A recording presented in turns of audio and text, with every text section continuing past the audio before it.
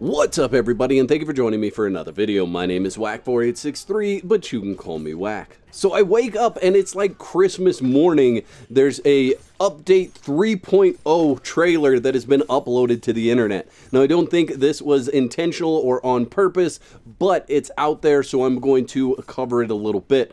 I am going to reserve a full review for after the live stream that they do on the 21st, because I want to look at everything together before making any in-depth assumptions about what's going on or what's coming in Update 3.0. However, to my disbelief here, guys, Sorcery is coming to 3.0, but it also looks like they've chocked it full of a ton of other features, and little bits and pieces of those are all in this trailer. So let's check it out. 3.0 is probably the biggest update we've ever made. It touches almost every aspect of Conan Exiles. Fans should absolutely be excited for 3.0. It is a major patch. It includes sorcery, sword and sorcery. This is the other half of the genre that's been missing. On top of that, we've got updates to the building system. It's gonna have a battle pass, perks and attributes revamp, and shop as well, called the Black Lotus Bazaar.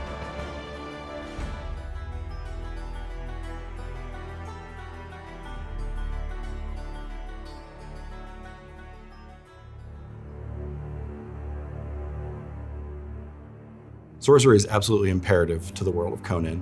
When the genre was having its name coined, it literally became half of the name, sword and sorcery. We've always wanted to add sorcery to the game. We think it's a part of the game that needs to be there to experience Howard's world in full.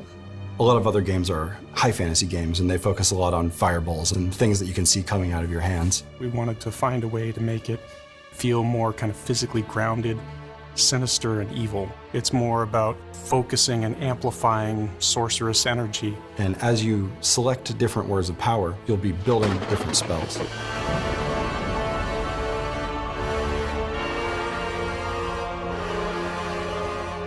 Sorcery is broken up into two different parts. There's rituals and spells. Rituals are more kind of the crafting side of it, where you perform some kind of magical or sorcerous ritual at a crafting station at your base in order to make something, build something. In your base, you'll build a sacrificial stone. You'll drag an unconscious combatant and put them on the stone. And there will be a ritual recipe in that crafting station to offer them as a sacrifice. Perform a ritual, draw their blood, and then the station will open up again and you can take the item out. Tons of different rituals. Necromancy, for instance, allows you to summon the dead or create undead mounts. A couple other rituals we have are integrated into the fast travel system that we're implementing. So we have one that's kind of a set of teleporter pads, and you'll need some blood and some brimstone to fire that pad up. Illusions basically allow you to take a weapon or a piece of armor and apply a different look to it. So if you're able to craft two different pieces, and you like the look of one, but the stats of another, you can apply the look of one to the other. So it allows players to look how they want without sacrificing the stats that they want to have with their equipment. We've also wanted to go through and address all of the perks that we felt were sort of underperforming and sort of give them a facelift. Essentially, we've blown up the entire system and made a new meta. We have some great surprises, and we are really changing the way that Conan Exiles plays on all of the attributes. Corruption is a core part of sorcery, so we wanted that to also impact the attribute system. When your character is exposed to corruption, it'll corrupt their form and their whole physical being.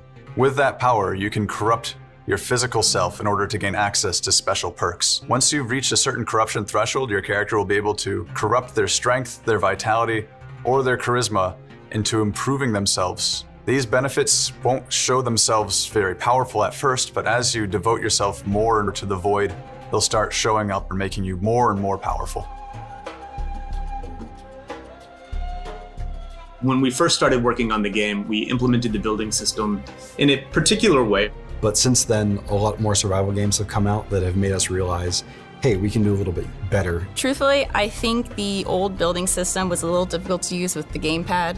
However, with this new system, it's designed to be used with the gamepad, and I think it's going to be so much easier for people. It takes all the crafting recipes, all the building items that you've unlocked, and puts them all in one menu. You can go to the section you want, find the piece you want, and it's a lot simpler. The creative mode is incredible. You get this admin panel, it unlocks all the building pieces, and you can create your perfect home or castle or fortress. A fundamental change in how you can build in the game. It'll be really, really easy, I think, for people to build their perfect home. Some building pieces are part of the Battle Pass and others are going to be in the shop. In the Battle Pass, we have sorcery-themed building pieces which are built to complement and supplement the existing base building sets. The main reason we're doing the Battle Pass is so that we can continue to release free features. I'm a strong believer that monetization should be more on the cosmetic side, changing the way you look necessarily and not changing the power of things. So the Battle Pass, you're going to get some really cool things. New armors, weapons, mounts that are all built around the sorcery theme.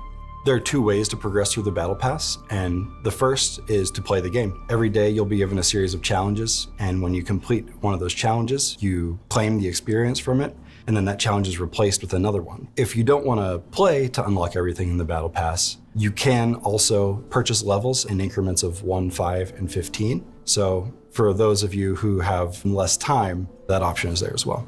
So we won't have cosmetic DLCs like we did in the past with the culture packs. We will have battle passes and ages instead. We are going to have multiple sorcerer-themed armor and clothing options. Some of them will be in-game and craftable. Others will be offered as part of the Battle Pass or as part of the shop. We're also adding an item store to the game, and this will allow players to have more of an a la carte option for what they want to buy.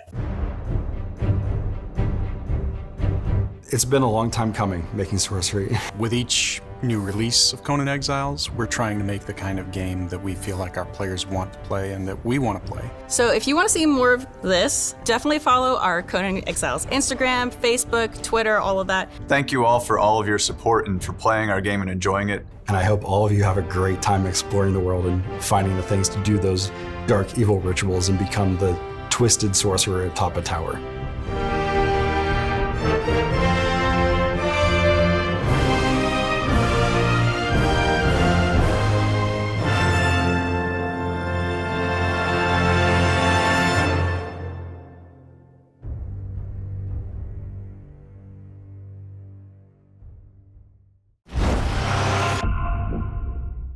Okay, so now that we've had a chance to look at the whole trailer, let's break some of these sections down. I'm going to talk about what I'm seeing in each one of these sections. So the first thing we're greeted with in this trailer is actually flying. We are going to have some ability to grab onto bat. Look at that. That is so good. Grab onto a bat and fly away. I don't know how this actually works out, whether this just takes you from point A to point B. Maybe you place a marker on the map and say, I want to go to this specific location. That bat comes by and takes you there, or whether you have full control of that and you can fly wherever you want. I don't know, but that is super cool. We also get a shot of 3 interesting mounts, and it looks like there's 3 different ones there that we're going to be able to ride. Now, to me, the one on the right looks like it's a ghost mount of some sort. It's got kind of that blue hue. The one in the front and the one on the side look like maybe they are undead mounts. Now, I know undead mounts have been modded into the game, but those were actually in the Conan Exiles files. That's something that Funcom had made and had sitting in the assets for the game, so it's really cool to see them actually using that. The next thing that I want to point out is the invisibility, and you'll see that come up here shortly. This character right here starts some sort of ritual and then all of a sudden becomes invisible. That is super cool. And then this, whatever that is following along with the character, also magic related or sorcery related, it all looks really good. And we're only 30 seconds into the video. Okay, likely to be the elephant in the room, sorcery. And they talk about the fact that sorcery is split up into 2 different kinds. So it's going to be spellbound, and then it's also going to be ritual bound. And it looks like the ritual bound is on different crafting tables. So we are getting some more crafting tables, and you'll see those in these different clips as they come up. If you're paying attention, you'll see a kind of different areas where player characters are interacting with these different tables. And then for the spellbound side, it looks like you have to have this kind of staff to do any spells, and it does show a few different things, in my opinion, that are spells. So one would be the invisibility there, another where they're breaking down all the trees and the rocks in an area. Now, I do want to point out a couple of things here. I'm not exactly sure what this pad is or what's going on, but this pad and the other pad look similar, and now there's actually a new monster on that pad. And I don't know whether that monster comes out and you fight that monster, or whether you wield the power to have that monster follow you, have that as a thrall. Obviously, here we can see we're doing a sacrifice, and Dennis actually does talk in this section about the fact that you can rope an NPC, take it to this station, and then drain its blood. So for those of you that said you were sacrificing thralls, you're absolutely right. It looks like we'll be sacrificing thralls. We're also going to be getting a craftable teleportation system. Now, he does use the word a set, which means you're going to have one where you're teleporting from and one where you're teleporting to. We're also getting transmog, which is absolutely awesome, taking the stats from one armor and the look from another armor. That is very awesome, and I'm happy to see that enter Conan Exiles. I also want to point out that there is a ton of new armors in this video, and I think it'd be cool if I challenge you guys to count how many new armors are actually in the video and put that in the comment section below. So you guys let me know, how many different new armors do you see in this video? Now, the perks and attribute system is going to get a revamp, but before we get to that, what is going on with this guy being sucked into that egg? I really want to know what's happening, and they don't mention it throughout this video, but it happens quite a few times. You see this egg on the screen, this huge egg, and it's glowing green, and in that one, it sucks somebody in, but they don't mention it at all. What is going on with that egg? Okay, so let's jump into the perks and attributes real quick. And as you can see, we have strength, agility, vitality, grit, charisma, and craftsmanship. Now, charisma and craftsmanship are new to the list here, and it looks like savages is gone out of the attribute system. So that's kind of a bummer. However, as you can see, they did retain some of what was in the previous perk system. However, they've jumbled it around. So you can see fierce vitality, gain, passive health regeneration is now the first perk in vitality, not the third perk in vitality. Now, they don't show a whole lot of the trees of attributes that you can get, but vitality, obviously, you can see on the screen here. But it appears to be that there are only 4 perks now instead of 5. Additionally, it also appears that on the second and the fourth perk, you're actually able to choose from 2 different perks there, which is very interesting. So it'd be cool to sit down and play with character builds once we get this. Because even though you're only allowed to pick 4 different perks, there's actually 6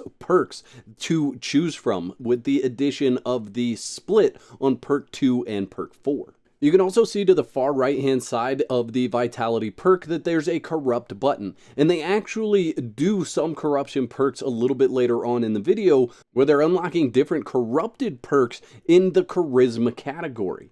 Now, I want you to pay really close attention here, because the second perk that they have chosen in this list is Healthy Diet. Your active followers gain passive health regeneration when not engaged in combat. When that perk is corrupted, it goes to Flesh Bond. Damage taken by you is split between you and your followers. And then you can see the third perk, Attentive Care. Your active followers receive 50% increased healing. Changes when it's corrupted to Devour. Damage dealt by your followers heals you. So the attribute and perk system has really grown here, because the way I see it, each attribute has 6 different perks to choose from, and then you're able to corrupt those different perks as well, at least in the strength, vitality, and charisma categories that you can see on the screen here. And this is all based around corruption. So the more corruption you have, the more perks you're able to unlock. It'll be interesting to see just how much health and stamina you have to sacrifice to unlock some of these perks.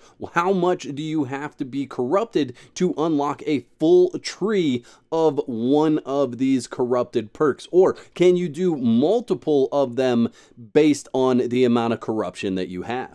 All right, builders, something for you. So there's a new building system being implemented, but I want you to notice a couple of things here. This is new artwork. These are new building pieces. A lot of these that you're seeing, they are not currently in the game. And so 3.0 is going to introduce new skinned building pieces. And one of the things that I noticed from this video is that there are 2 high walls. So instead of just the 1 height, you actually get 2 height out of 1 wall. But there's a new menu, as you can see on the screen right here, for the building, and a new creative mode. So instead of having to go in and be in admin mode and change the building to infinite building and then spawn pieces in, it looks like we're going to be able to just pull up this menu and have infinite building pieces.